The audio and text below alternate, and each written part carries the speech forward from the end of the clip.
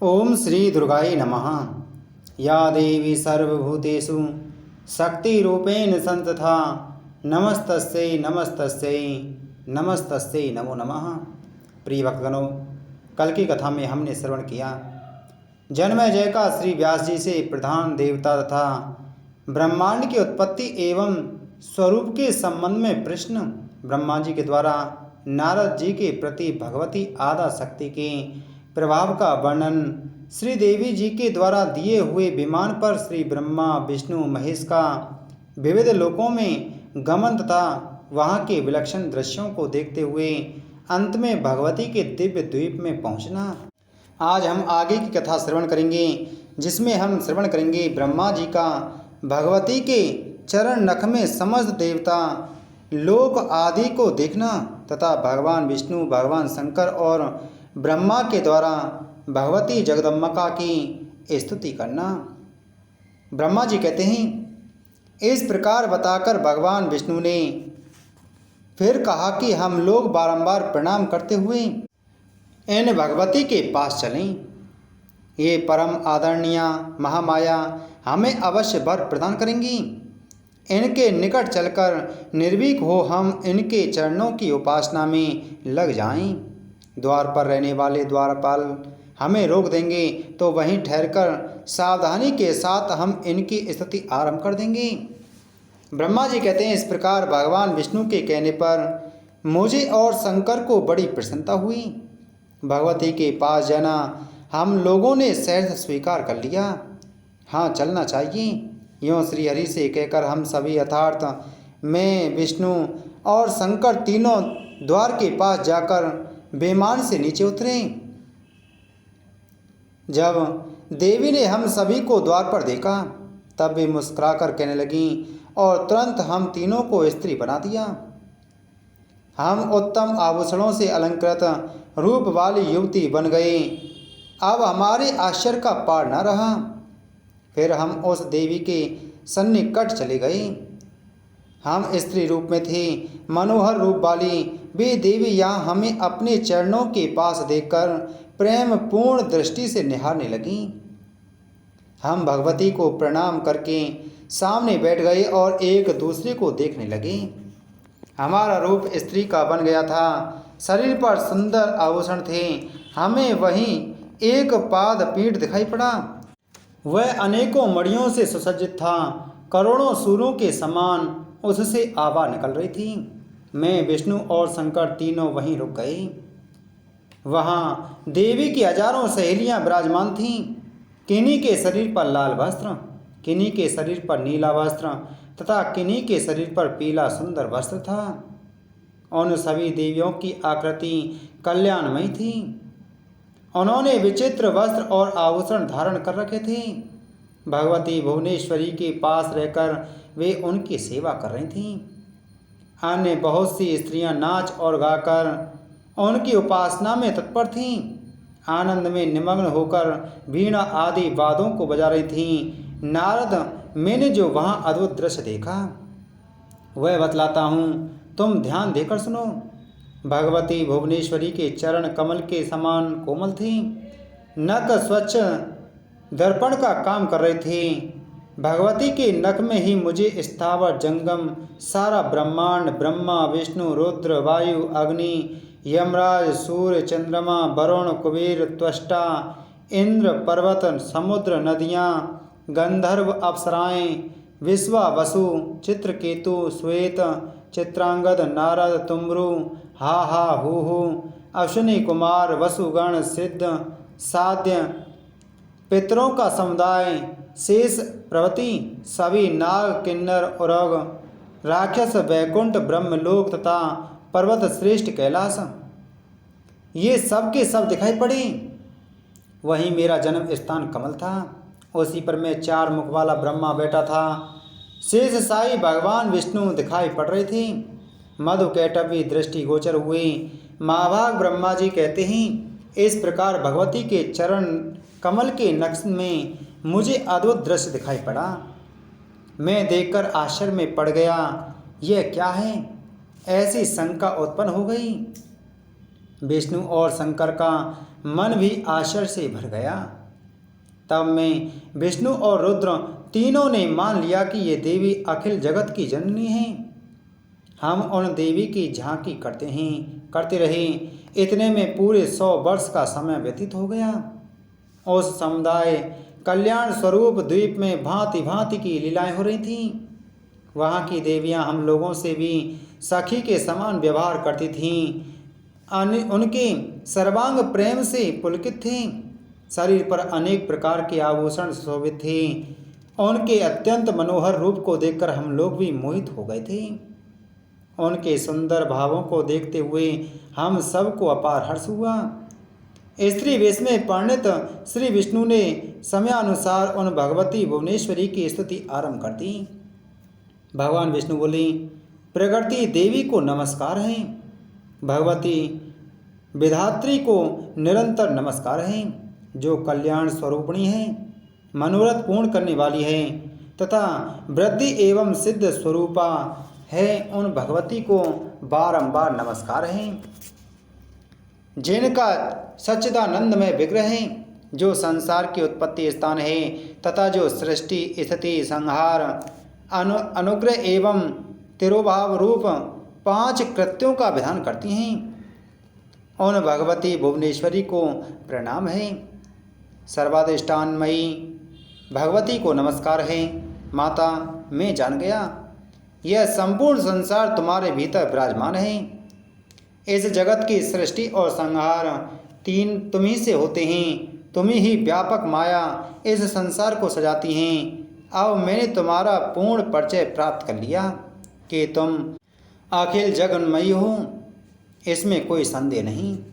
सारा विश्व सत और असत में विकार स्वरूप है।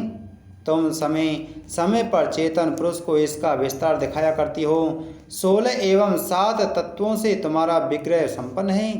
हमें इंद्रजाल की भांति तुम्हारा साक्षात्कार होता है। यह निश्चय है कि तुम मनोरंजन के लिए लीला कर रही हो।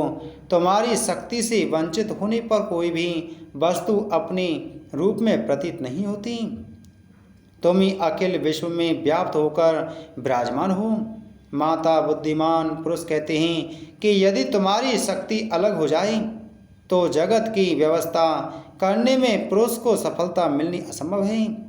तुम अपने प्रभाव से संपूर्ण संसार को संतुष्ट करने में सदा संलग्न रहती हो। तुम्हारे तेज से सारा जगत उत्पन्न हुआ है। देवी, प्रलय काल के समय तुम संसार को भक्षण कर लेती हो। भगवती, तुम्हारे वैभव के चरित्र को कौन जान सकता है। माता, तुमने मधु कैटव के चंगुल से हमारी रक्षा की। मणिद्वीप आदि विस्तृत लोक दिखलाए। उन द्वीपों के आनंद भवन में हमें पहुंचाया और हम करोड़ों उत्तम दृश्य देखने में सफल हुए। भवानी, यह सब तुम्हारी ही महान कृपा है। माता, जब मैं शंकर और ब्रह्मा भी तुम्हारे अचिंत्य प्रभाव से अपरिचित हैं, तब दूसरा कौन है जो उसे जान सके।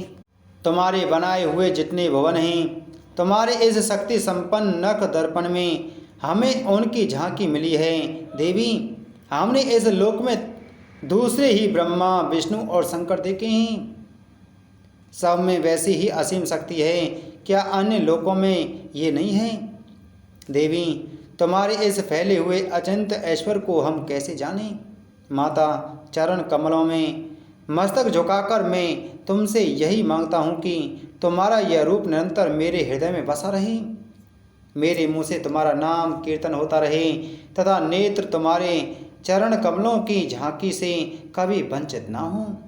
आर्य, मेरे प्रति तुम्हारा यह भाव बना रहे कि यह मेरा सेवक है और मैं मन से सदा तुम्हें अपनी स्वामिनी माना करूं। माता पुत्र की भांति यह अव्यभिचारिणी धारणा हम दोनों के हृदय में सदा विद्यमान रही। जगदम्बा, तुम जगत के संपूर्ण प्रपंच को जानती हो, क्योंकि सारे ज्ञान की अंतिम सीमा तुम्ही में समाप्त हो गई है। मैं तुमसे क्या निवेदन करूं। भवानी, जो उचित हो वही करो। तुम्हारी इच्छा के अनुकूल ही कार्य होना चाहिए। ब्रह्मा सृष्टि करते हैं, विष्णु पालन करते हैं और रुद्र संहार करते हैं। पर जब तुम्हारी इच्छा से हम में शक्ति उत्पन्न होती है, तभी हम इस कार्य के संपादन के अधिकारी होते हैं। गिरिराज नंदिनी, तुम सबकी माता हो। जगत का पालन करना और उसे टिकाए रखना तुम्हारा स्वाभाविक कार्य है। वरदायिनी भगवती, तुम्हारी शक्ति से संपन्न होने पर ही सूर्य जगत को प्रकाशित करता है। तुम शुद्ध स्वरूपा हो। यह सारा संसार तुम्ही से उद्भासित हो रहा है। मैं ब्रह्मा और शंकर, हम सभी तुम्हारी कृपा से ही विद्यमान हैं। हमारा आविर्भाव और तिरोभाव हुआ करता है। केवल तुम्ही नित्य हो, जगत जननी हो, प्रकृति और सनातनी देवी हो। यह निश्चय है कि बुद्धिमान मनुष्यों की बुद्धि और शक्तिशाली जनों की शक्ति तुम ही हो। कीर्ति, कांति और कमला तुम्हारे नाम हैं। तुम शुद्ध स्वरूपा हो। कभी तुम्हारा मुख मलिन नहीं होता। मुक्ति देना तुम्हारा स्वभाव ही है। मृत्यु लोक में पधारने पर भी तुम सदा विरक्त रहती हो। वेदों का मुख्य विषय गायत्री तुम ही हो। स्वाहा, स्वधा, भगवती और ओम ये तुम्हारे रूप हैं। तुम्ही ने देवताओं की रक्षा के लिए वेद शास्त्रों का निर्माण किया है। परिपूर्ण समुद्र की तरंग के समान संपूर्ण प्राणी अनित्य हैं। ये सभी अजन्मा ब्रह्मा जी के अंश हैं। अपना स्वयं कोई स्वार्थ न रहने पर भी उन जीवों का उद्धार करने के लिए ही तुम इस अखिल जगत की रचना करती हो। नाट्य दिखलाने वाले नट की भांति तुम ही संसार की सृष्टि और संहार किया करती हो। तुम्हारा यह प्रभाव सर्वसाधारण को विदित है। देवी, तुम महाविद्या स्वरूपिणी हो। तुम्हारा विग्रह कल्याणमय है। तुम संपूर्ण मनोरथ पूर्ण कर देती हो। मैं बार बार तुम्हारे चरणों में मस्तक झुकाता हूँ। ब्रह्मा जी कहते हैं, देवादिदेव भगवान विष्णु यों स्तुति करके चुप हो गए। तब महाभाग शंकर जी नम्रतापूर्वक योग माया के सामने उपस्थित होकर कहने लगे। भगवान शंकर बोले, देवी, यदि महाभाग विष्णु तुम ही से प्रकट हुए हैं तो उनके बाद उत्पन्न होने वाले ब्रह्मा भी तुम्हारे ही बालक हुए। फिर मैं तमोगुणी लीला करने वाला शंकर क्या तुम्हारी संतान नहीं हुआ? अर्थात मुझे भी उत्पन्न करने वाली तुम ही हो। शिवे, संपूर्ण संसार की सृष्टि करने में तुम बड़ी चतुर हो। माता, पृथ्वी, जल, पवन, आकाश, अग्नि, ज्ञानेन्द्रिय, कर्मेंद्रिय, बुद्धि, मन और अहंकार ये सब तुम ही हो। इस चराचर जगत को तुम ही बनाती हो। इसके बाद वे ब्रह्मा, विष्णु एवं शंकर तीनों सदा इसे सजाने में व्यस्त रहते हैं। माता, यदि कहा जाए कि पृथ्वी, आप, तेज, वायु और आकाश, इन 5 सगुण तत्वों से जगत स्वयं उत्पन्न हो सकता है, तो ये 5 तत्व भी तुम्हारी ही कला हैं। तुमसे पृथक इन तत्वों की अभिव्यक्ति ही कैसे हो सकती है? माता, ब्रह्मा, विष्णु और महेश का रूप धारण करके तुम ही जगत की रचना करती हो। अतः संपूर्ण चराचर जगत तुम्हारा ही रूप है। तुम भांति भांति के स्वांग बनाकर कौतूहलवश अपनी इच्छा के अनुसार क्रीड़ा करती हो और शांत भी हो जाती हो। इस संसार की सृष्टि, स्थिति और संहार में तुम्हारे गुण सदा समर्थ हैं। उन्हीं तीनों गुणों से उत्पन्न हम ब्रह्मा, विष्णु एवं शंकर नियमानुसार कार्य में तत्पर रहते हैं। हम ये तीनों देवता जो जगत का कार्य संभालते रहते हैं तुम्हारे ही रूप हैं। अतः सबका कारण तुम ही सिद्ध हुई। मैं, ब्रह्मा और विष्णु विमान पर चढ़कर जा रहे थे। हमें रास्ते में नए नए जगत दिखाई पड़े। भवानी, भला कहिए तो उन्हें किसने बनाया है? जगदम्बिके, तुम अपनी कला से इस जगत का सृजन और संरक्षण करने में संलग्न रहती हो। कल्याणमयी माता, तुम्हारे चरण कमलों के अतिरिक्त त्रिलोकी में मेरा कुछ भी अन्य अवलसित पदार्थ नहीं है। भूमंडल पर कौन ऐसा है जो तुम्हारे चरण कमलों की उपासना छोड़कर अकंटक राज्य चाहे? तुम्हारे पाद पद्मों की सन्निधि मिले बिना एक घड़ी युग के समान प्रतीत हो रही है। माता, तुम्हारे चरण कमलों की उपासना न करके जो पुण्यात्मा मुनि तपस्या में संलग्न हैं, निश्चय ही उन्हें भाग्य निर्माता ब्रह्मा ने ठग लिया है। तप रूपी धन होने पर भी मोक्ष से वंचित होने के कारण उनकी हार ही समझनी चाहिए।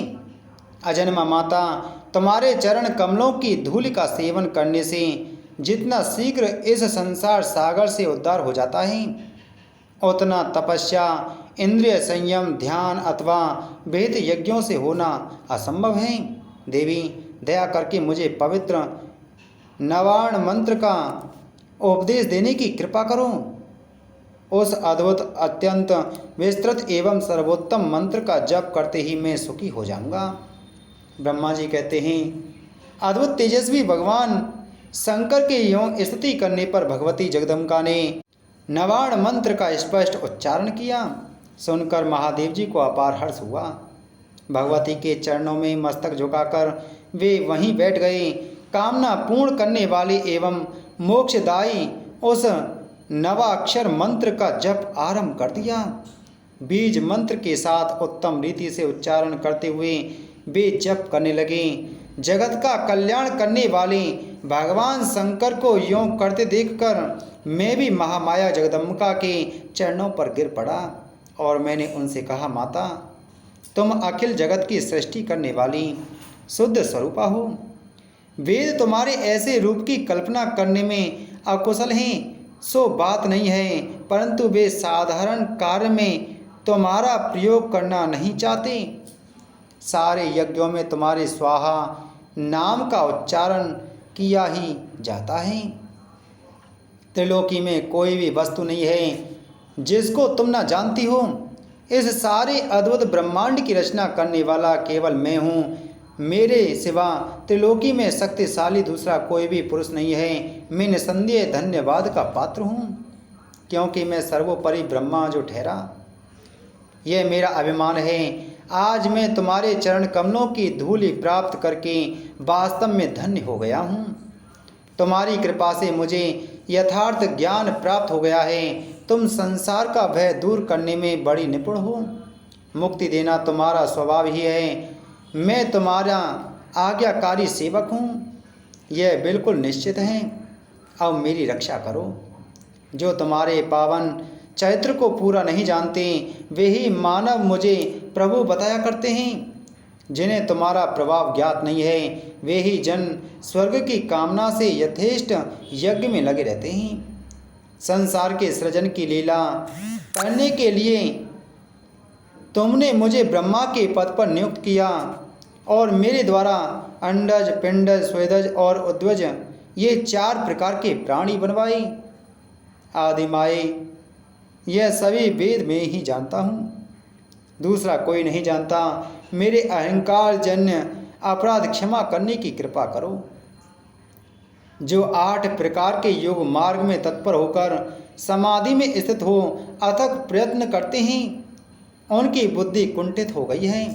माता, कभी किसी ब्याज से भी तुम्हारा नाम उच्चारण कर लिया जाए तो उससे मुक्ति सुलभ हो जाती है। इस बात को वे जानते ही नहीं।